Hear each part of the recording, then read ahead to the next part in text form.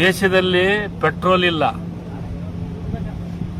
ದೇಶದಲ್ಲಿ ಪೆಟ್ರೋಲ್ ಇಲ್ಲ, ವಿದೇಶದಲ್ಲಿ ಮರ್ಯಾದೆ ಇಲ್ಲ. ದೇಶದಲ್ಲಿ ಪೆಟ್ರೋಲ್ ಇಲ್ಲ, ವಿದೇಶದಲ್ಲಿ ಮರ್ಯಾದೆ ಇಲ್ಲ, ನಮ್ಮ ರೂಪಾಯಿಗೆ ಬೆಲೆ ಇಲ್ಲ, ನಮ್ಮ ರೂಪಾಯಿಗೆ ಬೆಲೆ ಇಲ್ಲ. ಮೀಡಿಯಾ ಮುಂದೆ ಬರಲು ದಮ್ಮಿಲ್ಲ, ಮೀಡಿಯಾ ಮುಂದೆ ಬರಕ ದಮ್ಮಿಲ್ಲ. ಆದರೂ ತಿರ್ಪೆ ಶೋಕಿಗೆ ಕಮ್ಮಿ ಈ ಬಿಜೆಪಿ ಸರ್ಕಾರ. ಶಾರ್ಟೇಜ್ ಆಗಿದೆ ಅಂತ ಸರ್ಕಾರನೇ ಹೇಳುತ್ತೆ, ಅದಕ್ಕೆ ಸಂಬಂಧಪಟ್ಟಂತ ಮಾತಾಡ್ಬೇಕಾಗೈತೆ.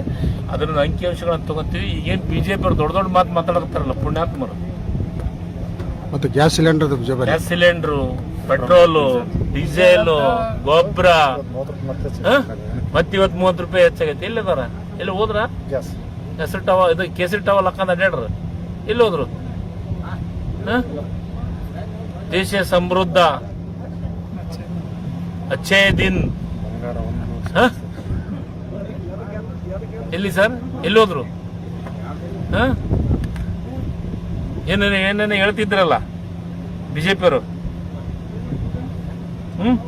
ಏನಂತ ಅವ್ರು ಹೇಳೋದನ್ನ ನೋಡ್ಬಿಟ್ರ ಅಂತಂದ್ರ